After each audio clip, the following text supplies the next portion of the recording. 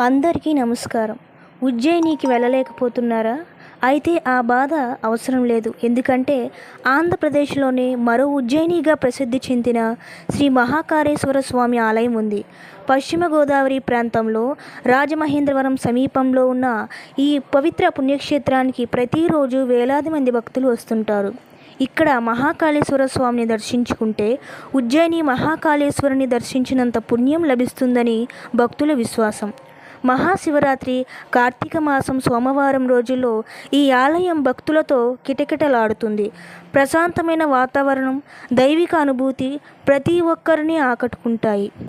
దీనినే మరో ఉజ్జయిని అని కూడా అంటారు. మీకు అవకాశం వస్తే తప్పకుండా ఈ పవిత్ర క్షేత్రాన్ని దర్శించండి.